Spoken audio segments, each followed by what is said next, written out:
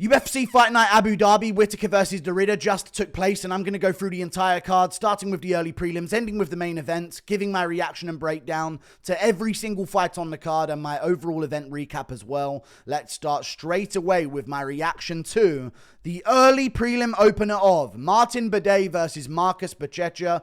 Another one at heavyweight that's supposed to be a prospect. Gets absolutely derailed before it even begins. Even when they look like somewhat athletic fighters or somewhat athletic men that aren't morbidly obese, they're still absolutely awful, as we've seen from Ribas to Spain, and now Marcus Buchecha. But you know what? I am shocked, so shocked, that someone who has won so many accolades in Brazilian Jiu-Jitsu, multiple-time world championship. He's in the multiple-time world champion in Brazilian Jiu-Jitsu and ADCC world champion as well. And he's in the IBJJF Hall of Fame. Can't score a takedown on Martin Buday. Has some moments in the second round where he looks like he's having some moments and doing good with the ground and pound, and he's on top of Martin Buday as he's crawling around on the ground, and he has some moments of control in the second round. But in the first round, pretty nothingness from the pair of them. Martin Buday, I thought, was landing the better shots, and he was stuffing the takedowns of Marcus Buchecha. And this came down to the third round, really. Marcus Buchecha is in dominant position against Martin Buday and loses it because he doesn't have jiu-jitsu IQ enough to maintain top position. He was going for submission attempts and jumping off the back of Martin Buday and getting chucked off the back by Martin Buday and ending up on bottom position because he just wasn't correctly pursuing anything in jiu-jitsu. Like, he should have locked down control. His corner team was screaming at him, keep control, stop trying to progress too much, you're going to give up position. And he did it in the third round and lost. All of those Brazilian Jiu-Jitsu credentials for fucking nothing. Martin Buday's just fucking scored you.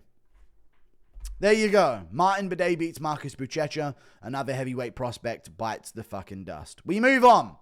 Stephen Nguyen versus Mohammed Yahya. I went with Stephen Nguyen. I think it's pronounced Win. I've been told many times now. I went with Stephen Nguyen, and oh my God, let me tell you about this fight. They say there was 6 knockdowns. There wasn't. And let me tell you why. There was 12. There were 12 knockdowns in this fight. I don't know if that's the official number, but 6 is underselling it just a bit. He must have knocked down, Stephen Nguyen must have knocked down Mohammed Yahya about 6 times in the first round and about 4 or 5 times in the second round as well. One of the craziest fights you will ever watch. Somehow Mohammed Yahya was keeping somewhat close in strike numbers, but this was Stephen Nguyen dropping Mohammed Yahya badly, having the worst finishing potential I've ever seen of a fighter ever on the UFC roster, the weakest ground and pound instincts, the weakest finishing instincts I've ever seen of a fighter ever. That does need to be mentioned. Worst ground and pound follow-up shots to a rocked opponent I've ever seen in my life. And it would just be him dropping Yahya devastatingly, messing up the follow-up by getting locked in the guard and doing nothing with it, letting Yahya back up, and then Yahya would start throwing back at him, and Stephen Nguyen will just wait until it's time to knock his ass on the ground again. And about a minute later, he would knock Mohammed Yahya's ass on the ground again. Every minute of the fight, he would rock the fuck out of Mohammed Yahya and drop him badly. And even in round 2, he hurts Yahya. Yahya gets back up and actually wobbles Stephen Nguyen in round 2. And then Stephen Nguyen drops him again and Mohammed Yahya goes down again. He just can't take punishment, man. They're not built for it out there.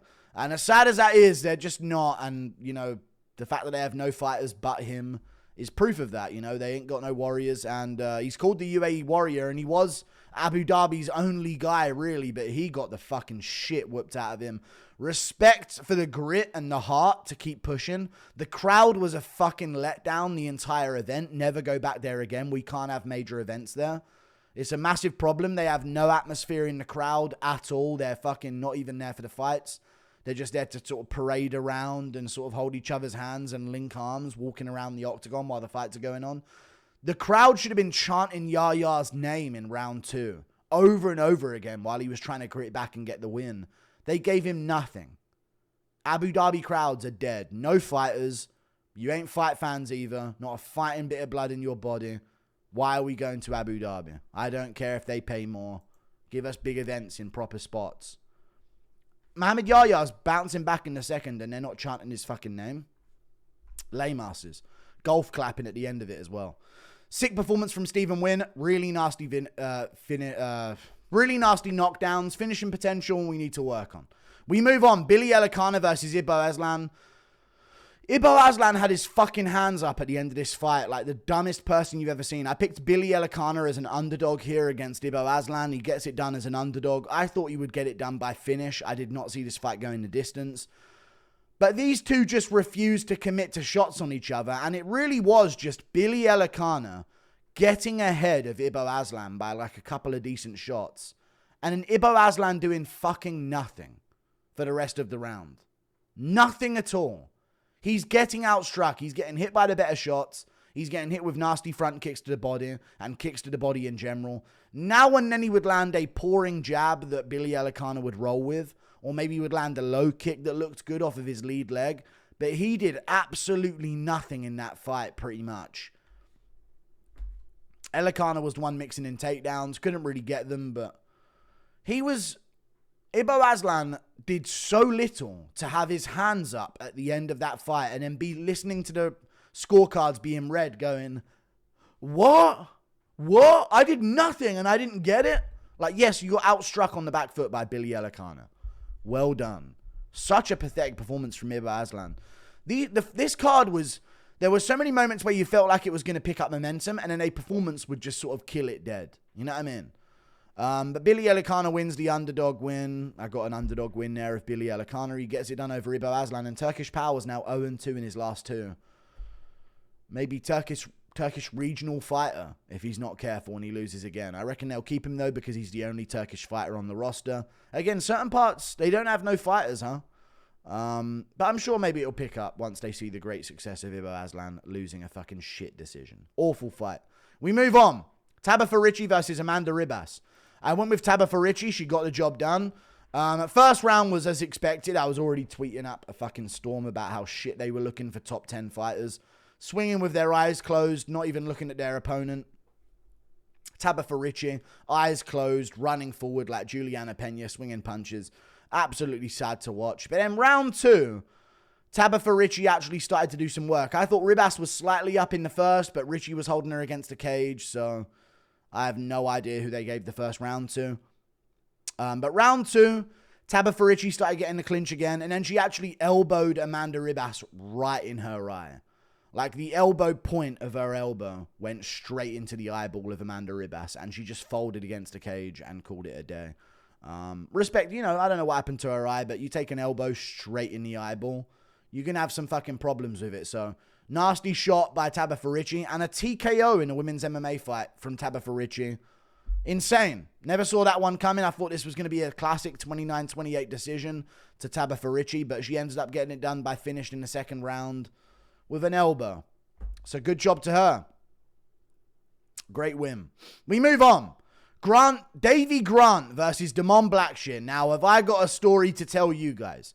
It's a story about an English unk named Davey Grant. And every few years, and I nearly picked him for this fight, but I thought, you know what? Damon Blackshear is going to be able to out-grapple him and win because of that. Now, every few years, Davey Grant, this guy Davey Grant, comes off of a fresh neck surgery. He's now 39 years old. And every year for the past few years, he just rocks up off of an injury that he's recovered from, or some kind of surgery, or some kind of time off that he's had, and whoops up a contender. Every few months he does this. He's done it with so many fighters, and I go through Davey Grant's career, and he wins this fight against Damon Blackshear, loses the first round with the grappling, and immediately I'm thinking, I told you guys, Damon Blackshear is going to grapple, and he did grapple a lot in the first round, and he did, and he dominated the round, took the back, had submission attempts nearly here and there, was fighting for the rear naked at a certain point, but Davey Grant stayed calm, and actually ended up on top at the end of the first round, if I'm correct. Had his arm in some trouble, armbar trouble in the first round too. So Blackshear was out grappling him in the first round, and I was thinking, okay, I got this one right. But then round 2 and 3, Davey Grant starts gritting down, and Blackshear is getting battered up against the cage by Davey Grant, and he's hesitant, and he's going, and not where it works for him like RDR, because apparently that works for Reinier. But he's like backing up against the cage, getting hit to the body by Davey Grant, and Davey Grant's fucking mogging this young prospect out there, straight up whooping up on him, doing what he wants, throwing body shots with the right hand and then bringing a left hook upstairs afterwards. The classic Davey Grant combos. And he's just teeing off, landing good low kicks, landing good body kicks as well. His ribs looked so unbelievably sharp in that body triangle in the first round, by the way. But round 2 and 3, Davey Grant put the pressure on Blackshear, broke him down, had him feeling some shots in some moments, and beat the shit out of him in the second and third round, dude. Davey Grant. I go through his career right now and I see that he's just beat Blackshear. Before that, he beat Raymond Tavares. Then he lost to Daniel Marcos. He didn't. He outlanded him 70-48 on significant strikes. Outlanded him every round in the second and third, 26-15 and 28-20. And it's not like Daniel Marcos was landing the better shots either. And they gave that shit to Daniel Marcos. Then you look at the Adrian Yanez fight that he had. So before the Marcos win, he beats Hassan Sao and Louis Smolka. And then Yanez is another one of these young guys that they gave him. Davey Grant fucking won that fight as well. He landed the better shots on Yanez. He caused more damage. And he won that fight as well. And one judge had it, I believe, to him at 30-27. And the other two had it 29-28, Adrian Yanez. I don't know what's been going on with Davey Grant, but he's a ranked level opponent. And before that, he beat Jonathan Martinez and schooled him and finished him in the second round. Got dropped by him at the end of the first, but still finished him and put him away. The guy has lost to no one, really, but Marlon Vera since 2019. Isn't that crazy? Or 2021. Lost to Vera by decision in a fight of the night, 29-28 decision. Other than that, he should be top 15 ranked. I think he should genuinely be floating at number 11 in the rankings. Like, he's really underrated fighter, and I should have picked him for this one, but I thought, you know what, 39, neck surgery, he won't be able to do it. But he keeps doing it. Davey Grant keeps gritting down and out-dogging these young up-and-comers. We move on. Muslim Salikhov versus Carlos Leal. Now, I picked Carlos Leal to win this fight by TKO. Muslim Salikhov pushing 40. Another Unk gets it done. They're winning non-stop these days in the UFC. Carlos Leal, everyone was picking him to win this fight because he should have won this fight, really. Not often you see a Muslim Salikhov one-punch fade away back on the back foot KO. That being said, I picked Carlos Leal to win this fight. And you can... Listen, you can go back to the Fight Companion to check what I'm about to say next. In the first round of Leal versus Salikhov, I literally say it out loud on the stream. Carlos Leal has got to be fucking careful with that wide stance. Open guard with his hands. Not open guard on the ground. Open guard, hands wide, wide stance, wide guard, everything wide open. He's pressuring offensively with this, but not in a way where he's showing looks and shoulder movements or anything like that. He's trying to reach with 1-2s with this stance. Wide stance, 1-2s down the pipe, offensive moving forward. I said it in the fight. I said if he keeps doing that, he's going to get caught on the back foot by Salikhov's nasty tight hooks on the inside. Bang. He gets slept out cold by Muslim Salikhov. One punch, right hook. As he comes in, wide fucking guard, trying to mog Muslim Salikhov basically and have more presence than him in the octagon. But he's throwing 1-2s. So he's jolting in with his wide stance, chin up in the air. Bang! Salikhov catches him over the top with a right hook, puts him away. So although I didn't predict it going into the fight, as soon as the fight started, about a minute in, I said he's going to get caught with the hook coming in and put away. And he did. So great job of Muslim Salikhov. Called out Wonderboy, and another Unk gets it done. We move on. Bryce Mitchell versus Saeed Nurmagomedov. Well, dude. Well. What did I tell you? Bryce Mitchell, decision win, using his wrestling, He will out-physicality Said Nurmagomedov. Now, if anyone else was utilizing this game plan that wasn't Bryce Mitchell, maybe I would be angry at them for not being the most entertaining. However, this is Bryce Mitchell doing it, so I accept it completely as long as we get that win. That's what I'm talking about, dude. The Christian symbols were flooding in chat. Loads and loads of them going. Everyone was supporting Bryce in my chat for that moment. And Bryce Mitchell, yeah, he had a really tough first round. He started it and I was like, ooh, I don't like this. He's getting caught over the top by Said Nurmagomedov quite a bit. He's pressuring in and he's being a little bit too high up on his toes. You know, he's been fighting featherweights. Maybe he's trying to appear bigger than he is and try and pressure Said backwards. And a couple of those right hooks over the top were landing on him. But he was rolling with them well and he was putting his arms out, so the punches were getting caught up on his shoulder and his arms. Couple shots back and forth from the pair of them. Said is stinging him with some kicks and some shots, and a question mark kick lands early and Bryce takes it well. Then Bryce disaster strikes. He's wrestling a bit against the cage. He's clearly stronger than Said. But the next time he tries to go for it in round one, he gets hit with a flush knee up the middle. Perfect timing. Right on his chin, he goes down. Survives the first round. Gets back into it. Has some moments at the end of the first in the grappling.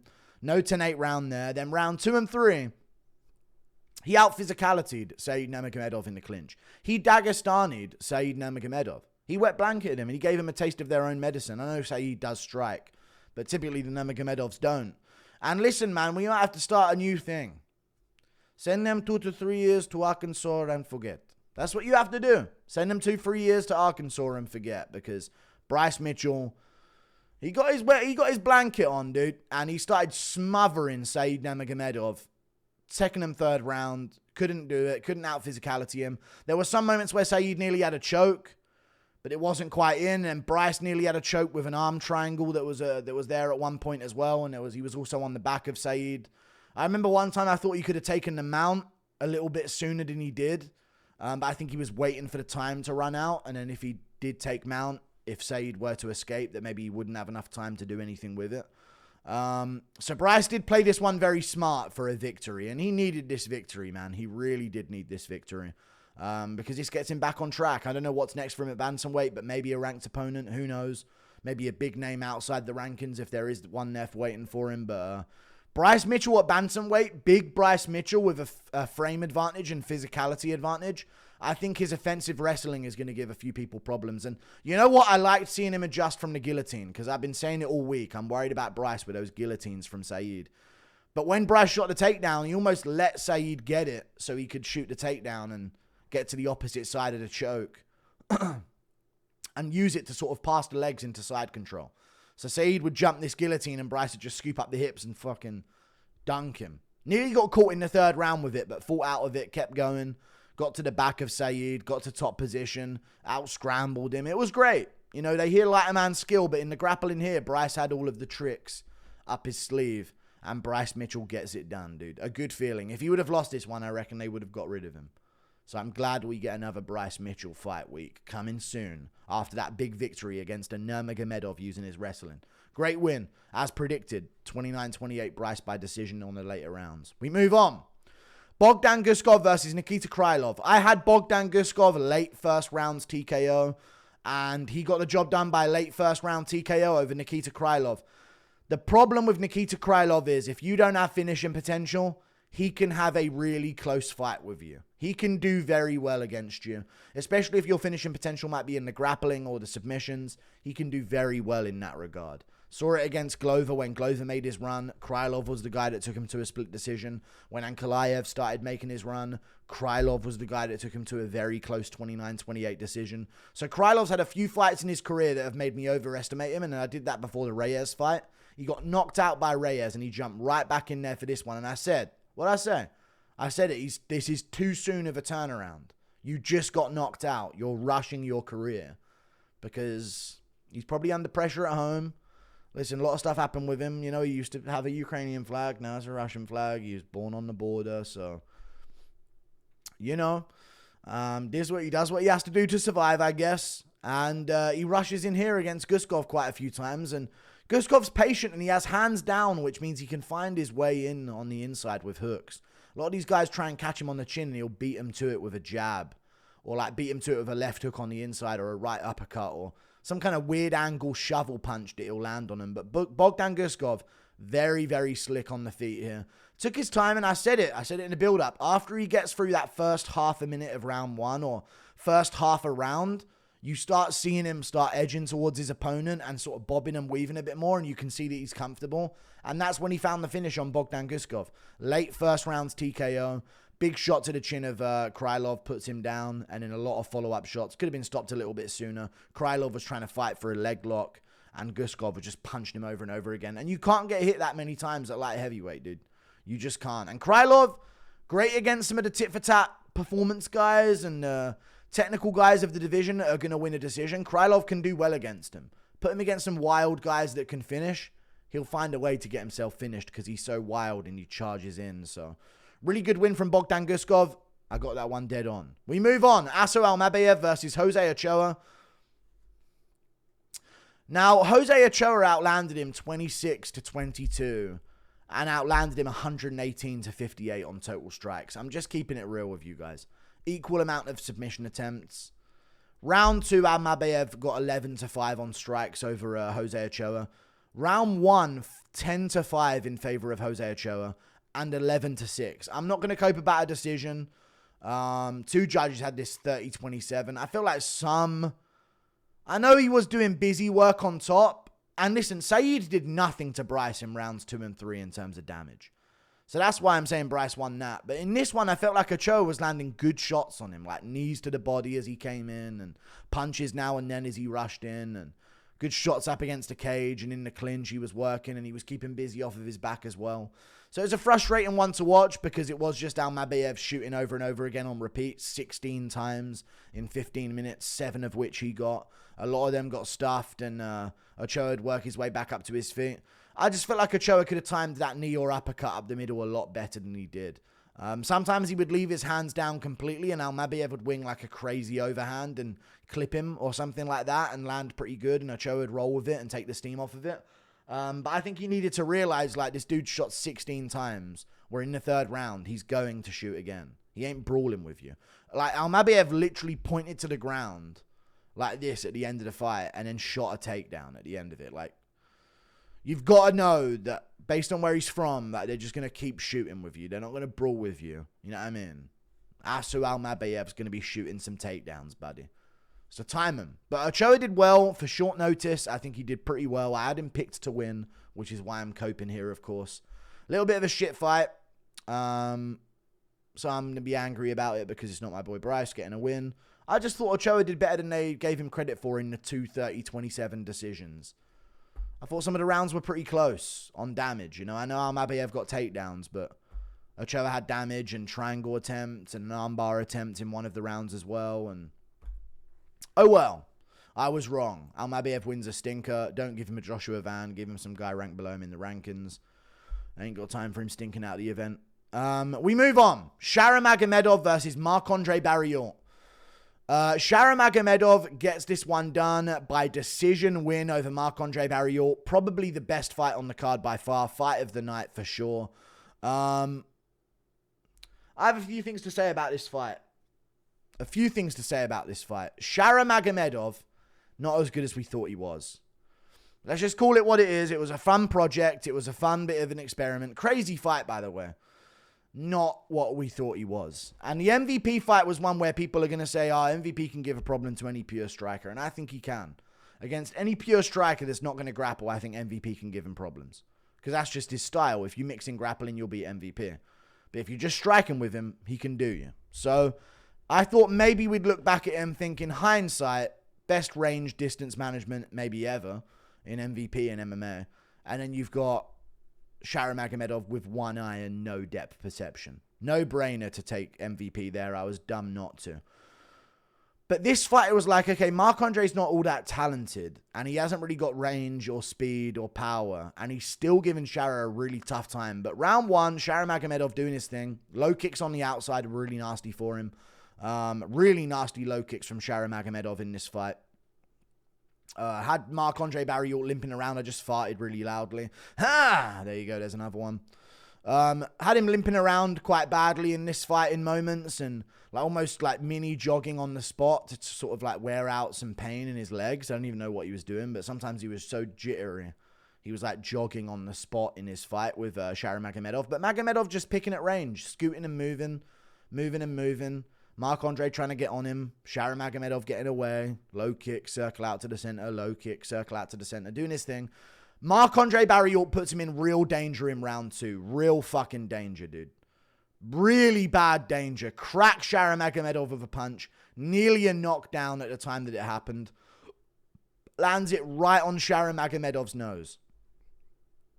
And this is the problem with Shara. His low kicks are pretty good. And his kicks are very good and very dynamic. His boxing is very weak. He doesn't have power in his hands to get respect. And his clinch work saves him a lot of the time because his boxing's weak. His boxing's very weak and his hands are very weak. He doesn't have any power or pop in his shots. In general, seems like he has to land something very dynamic in order to get a finish or literally treat his opponent like a punching bag. Round 2, Marc-Andre Barriault said no more to the punching bag, and he starts really badly catching Shara Magomedov quite often in the second round. No judge gave him that round, which is interesting. It's a swing round. I know that Shara also had him in trouble. I thought maybe Marc-Andre had Shara in more trouble, but maybe because Shara ended strong. I get it, honestly. I actually could see giving the second round to Shara, because in the clinch, Marc-Andre would get him there and think, oh, I've got him.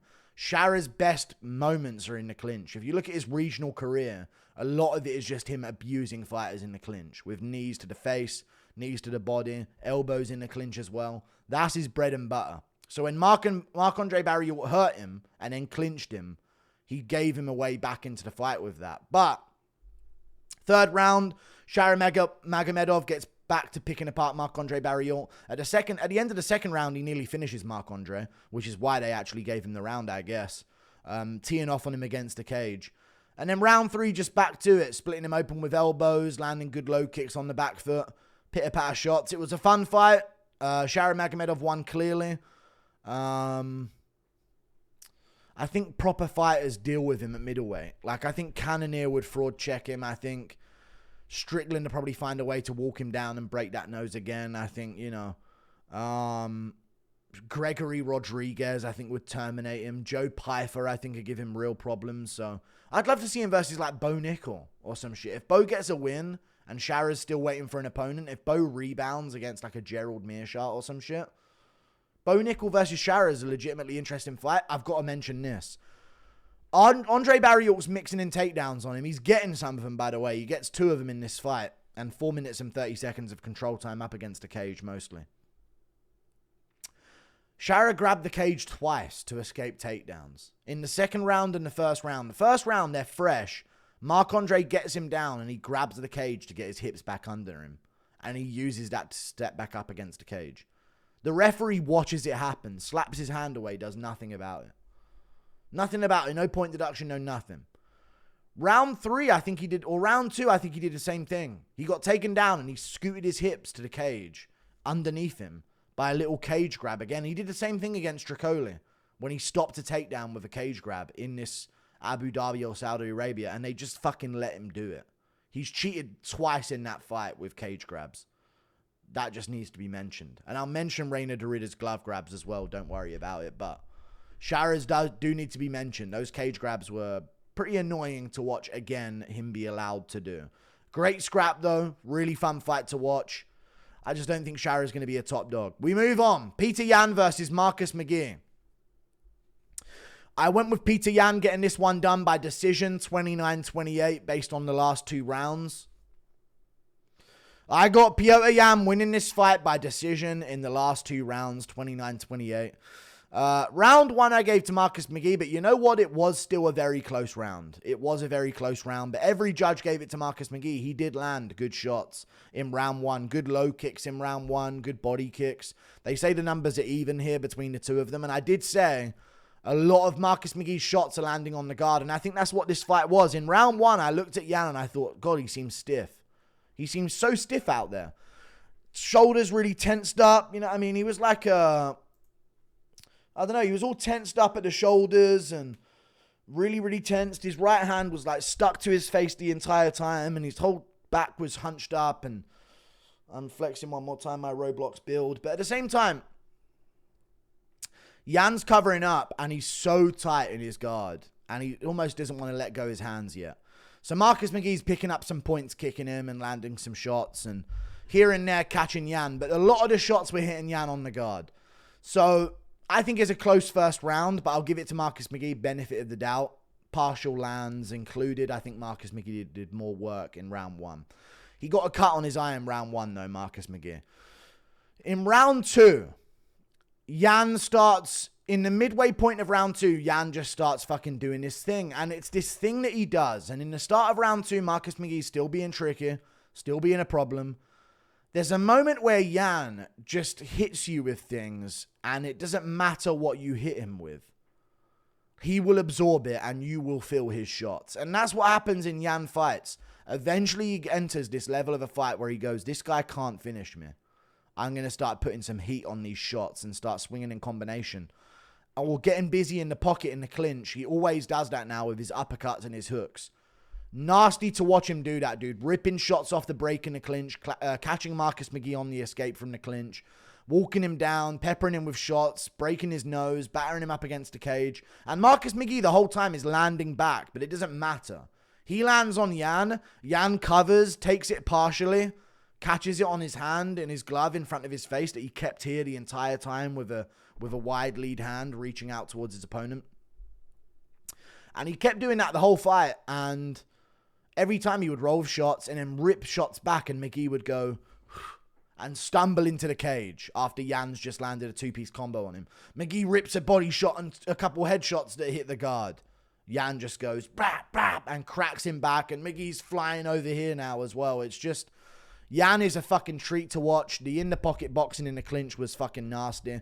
The takedown, he hit the vintage Osotogari trip that he's always been hitting people with nowadays. And always has been hitting people with, right? That Osotogari trip. So that's one of his famous moves. He didn't want to go this fight without hitting it once. So he hit it in the 3rd round really nicely and finished with fight with the trip that he got on Marcus McGhee. Hit a nice X sweep on him as well, with the one he hit on Uriah Faber. That was a really nasty sweep attempt against the cage. Round 3, Yan did just hold him against the cage and knee him in the thigh, though. Marcus McGhee let him do it.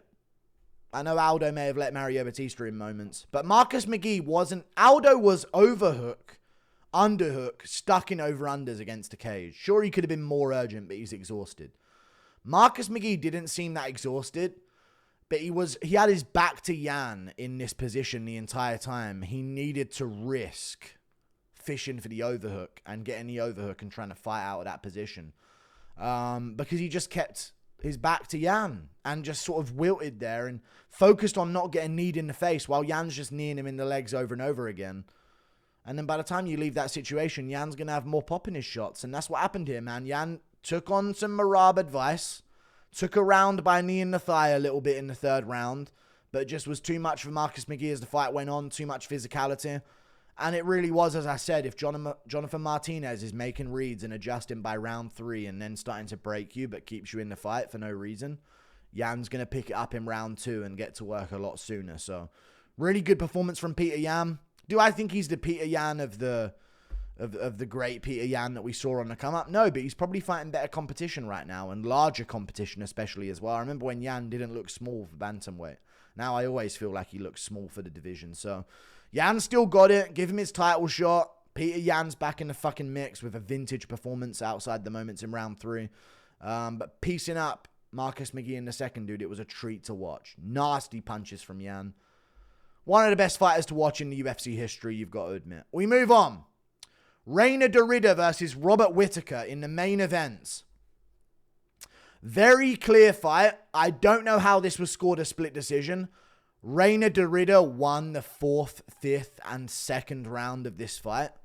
No doubt about it in my mind. I will say this, though. I could hear the fucking bang, beep, beep, beep, beep, bang. I could hear all of those noises happening. Like a fucking clown's just dropped his fucking suitcase of tricks.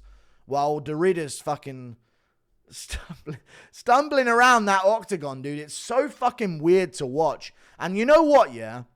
Dricus du Plessis, I take it back. You're not goofy. You're actually very technical because Dorida's outdone you. He's so goofy, but it works. And that's all that fucking matters in this sport, I swear to God. I had Dorida winning this fight by 3rd round TKO or 3rd round submission after hurting Whittaker on the feet with a knee to the body. Maybe 2nd round submission I had. Nearly got it in the 2nd, by the way. But yeah, Dorida's knees in the clinch, man. He's fucking annoying. It's just annoying. I imagine how annoying that is for a fighter to deal with, where every time you throw something, you're going, and you're just feeling like hit points coming down every time he hits you with that knee to the body. And it's weird. You feel like you should hit him, but he's not quite there. You're trying to land on him, and he's just sort of stumbling out of range of your punches, and it must be so frustrating. Round 1. Dorida gets tangled up with Whittaker in the clinch. Whittaker's not complaining about a glove grab, but Dorida could have been doing it. I need to look back at round 1's moment, but it looked like he could have been glove grabbing, but Whittaker never complained, and he did just yank his hand out eventually anyway. But Whittaker did spend a lot of time in the clinch when he should have been hustling a lot more. I think he didn't want to get caught leaving the clinch with a looping shot from Dorida, but he needed to be more urgent and risk that in order to get back to the center. But round 1, Whittaker's landing good shots on Dorida. Jabs, lead hands, all sorts, stinging Dorida on the face. Dorida's landing really good knees to the body in that round, though. And he's wrestling and getting the clinch and punching there and knee into the body there. Look at this. Significant strikes, 67 to 66 from Whittaker. Total strikes, 192 to 70 from Whittaker. Of not the shots landed at range on the feet, Whittaker landed 4 strikes in the clinch. Dorida landed over 120 something, 125, right? Is that 125? More strikes in the clinch than he did at range to add on to what he was already doing. Round 2, he gets a bit more busy with it, starts pressuring Whittaker. You can see the knees to the body are hurting Whittaker. In fact, I called it live. He got hit with a knee to the body and he went, and you could see him breathe in, like gasp for air in the clinch, and then Dorida starts pressuring him and hurts him with a knee again, and then Whittaker kind of crumples, and Dorida gets the back and starts doing well that round, and you're thinking, oh my God, Whittaker's gassing and braking, he's slowing down, he's losing it, he's on bottom position this whole round. It's going to be awful in round 3. Round 3 starts, Dorida has a really good start to the round, hurts Whittaker, starts peppering him with the jab. Goofiness works on Whittaker so much, dude. That goofy fucking jab always seems to work on Whittaker because he scouts with his head for punches. So he ends up getting tagged by jabs a lot, actually, if you throw them with him. But either way, Dorida's stinging him with the jab and hurting him with a knee again, and then follows up and lands again, and Whittaker stumbled, and he's starting to scarper away. Dorida tries to track him down and get the finish. Whittaker's timing him, bang! Right hook counter from Whittaker. This is the moment that we want to talk about here. Right hook counter from Whittaker. Drops Dorida fucking bad in round 3. Really bad. So much so I thought they were going to call off the fight. He got sunk to the canvas. Not knocked off balance. He got fucking shut off for a second when he got hit by that punch from Whittaker. And he fought his way through it. I will say he grabbed the fucking glove again. Not to survive the initial onslaught of ground and pound, but afterwards, he grabbed the glove for a few seconds. Now, do I think that those shots would have flatline KO'd him if he was able to get his glove free? No, I think Dorida would have survived anyway. However, he did do that. And the ref should take a point, and that would leave this a draw. Just being honest, you should not be able to ever hook the glove in a moment where you could be finished in any way. That should have the fight called off. So Dorida's extremely fucking lucky that the referee just fucking turned a blind eye to that the same way they turned a blind eye to fucking Shara Magomedov's 2 cage grabs and fucking, what's his name, Mohammed Yahya's 11 knockdowns in 2 fucking rounds. They just turned a blind eye to that as well. But Herzog will stop Cannonier versus fucking Barriault. Or Cannonier versus Almabayev. Herzog's just seen too much, but Mohammed Yahya can get dropped 11 times in 2 rounds and no one cares. Either way. Round 3, Dorida bounces back after the hurt moment. He actually ends up on top, if I'm not mistaken, and grits that out and has some moments of ground and pound himself at the end of the round. Round 4, similar situation. I think Dorida had moments on top where he did some things, and he just was doing too much on the feet in that round in terms of ranged strikes, kicks to the body, low kicks here and there. Not any low kicks, actually. Knees to the body in the clinch. And this in round 4 and 5 is where it became clinch time for Derrida. Everyone's complaining about it, and I get it, man. It's not the most entertaining to watch. I can admire that he's trying to break them from that position now. It's not Derrida avoiding all combat and then shooting a takedown and stalling up against the cage. It's Derrida trudging into combat, walking into fire like a zombie, trying to put mustard on you, and then engaging in the clinch and punching you to the body over and over. Uppercut, punch, punch, punch, switch sides, punch, punch, knee to the leg, knee to the body, punch, punch. I know it doesn't look good, and I get it completely, but I think his intention is to damage from there. You know, he wants to break you from there. He wants you to fucking give in to those punches to the body and the knees to the body, which must be some of the nastiest knees that we've seen in a promotion, because of all the people we've seen take those knees so far, everybody reacts to them badly. So I don't know if this dude's got pointy-ass kneecaps or anything like that, but Derrida's got nasty knees. Round 4 and 5, he starts picking it up in the clinch. Even at range, he's keeping even with Whittaker, in my opinion, and they're both landing good shots. And Derrida's landing like 2-3 jabs in a row and then trying to follow up with a left hand that misses and hits the guard. And then he follows up again with 2 jabs and a big knee to the body. Whittaker was landing good, but he just seemed like a lot of the steam came out of his shots too early in the fight. And he wasn't used to that type of fight. Think about the last time Whittaker's fought a guy that tried to pressure him like that and get takedowns on him like that. It was Duplessis, and Whittaker seemed shook and tired and jittery. Didn't really want to commit to counter shots. Goofiness, offense, size, physicality, aggression works against Whittaker. And that's what you saw here again against with Reinier Derrida. I don't know what's next for him. Maybe Israel Adesanya could be next. I know he wanted a title shot. Not going to happen. I think the Nurmagomedov Barriault winner will get that. And even still, I don't think it would happen. But Strickland just got suspended, and Adesanya needs an opponent. So maybe at the end of the year, they could do Reinier Derrida versus Adesanya. I could see Derrida wanting it because it's a huge name in Adesanya that he can try and sort of break and drag down and use his ground game against. But I can see Adesanya taking it because I think Derrida is susceptible on the feet to a lot of shots. His striking is, although we laugh about it being goofy but working, Whittaker's always had problems with power in his hands. And if that was someone with some pop in their shots, Derrida's probably going down a lot more times than just in the 3rd round in that fight, because there were a lot of those. And I did not like the way he was reacting to some of the shots as well. Like, just putting his hands up and not looking sometimes when he got hit. But I will say, he's a fucking zombie. He's a giant Dutch fucking zombie marching you down non-stop, no matter what you throw at him. He's pressuring you. He's trying to break you in the clinch with knees and body shots. He's trying to frustrate you. He's trying to hurt you. He'll shoot takedowns on you, try and get good position, dominant position, hurt you from there. Even though you may stop it from happening and make it look null, he is attempting to damage you at all costs, and his knees constantly land. So many fighters don't throw knees up the middle, but Derrida's constantly fucking land on his opponents.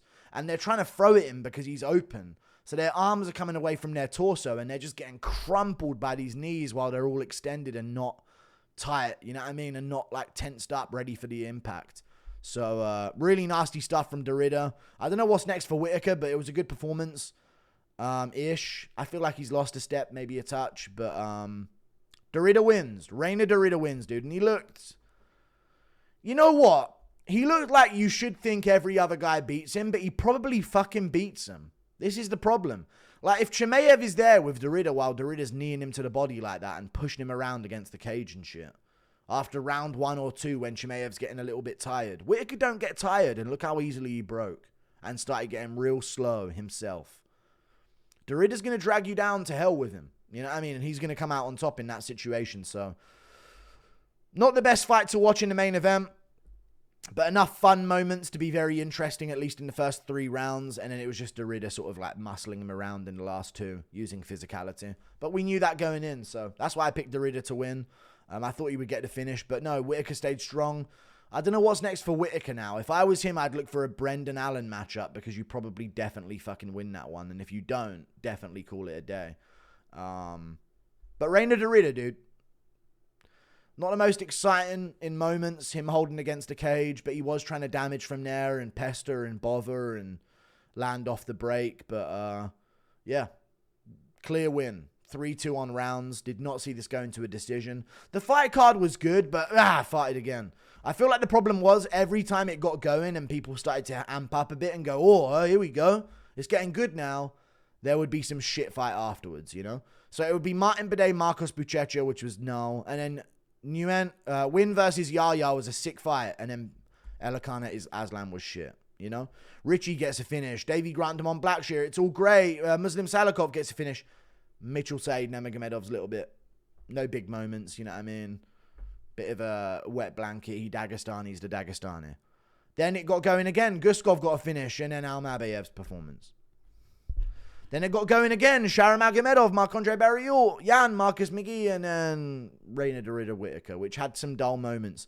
But there was some crazy moments early, but then it ended weak, right? It ended weak. Both of them exhausted. So it was a weird card. There were so many moments where you get amped, and then it would just sort of lead back to this fight's next. Oh, this is a shit one. So, I don't know.